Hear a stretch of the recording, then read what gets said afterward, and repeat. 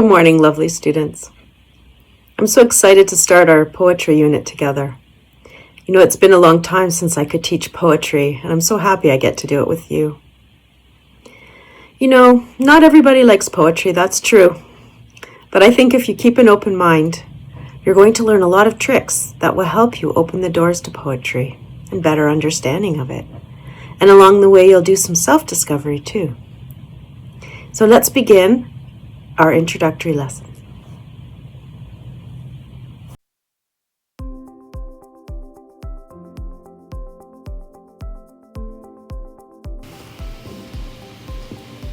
In our poetry unit, we will focus on the 6 characteristics of poetry. In other words, we will study 6 things that poets do to make their ideas speak to you. If we know these 6 characteristics, we can understand poetry better. Maybe you thought reading poetry was hard before. After our unit, you'll have the secret formula to open the magic of poetry. The first characteristic that we need to know about is called significance. Every poem has significance. Significance means that the writer wants to share an important idea or share a feeling with us. Our job is to discover the important idea and the feelings. Here's one of my favorite poems by William Carlos Williams. This is just to say, I have eaten the plums that were in the icebox, and which you were probably saving for breakfast.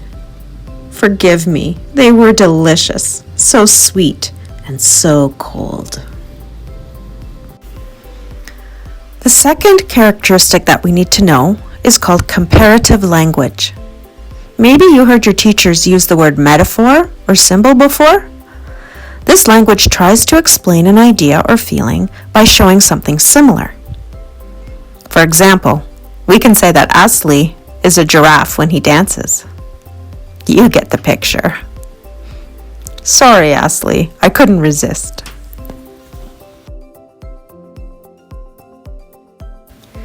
The third characteristic that we need to know is called imagery.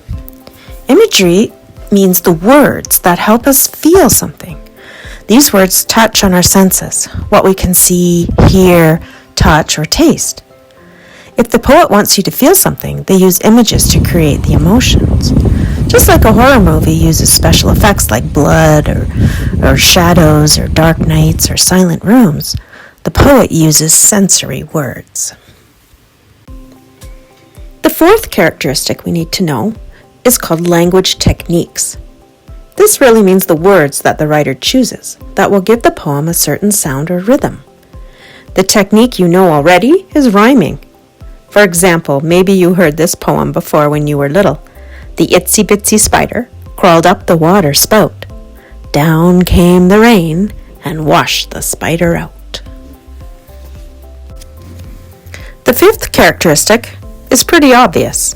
It's called line breaks. Poems have stanzas that look like little paragraphs.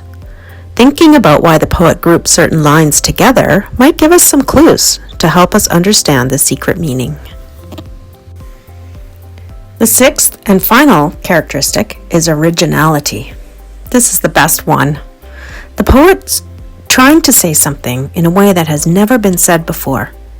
And this is where we get some special insight, maybe even some discovery that we can learn for ourselves. Well, that's all for today. I hope you took some notes. If not, you can always go back and watch the video again. Bye for now.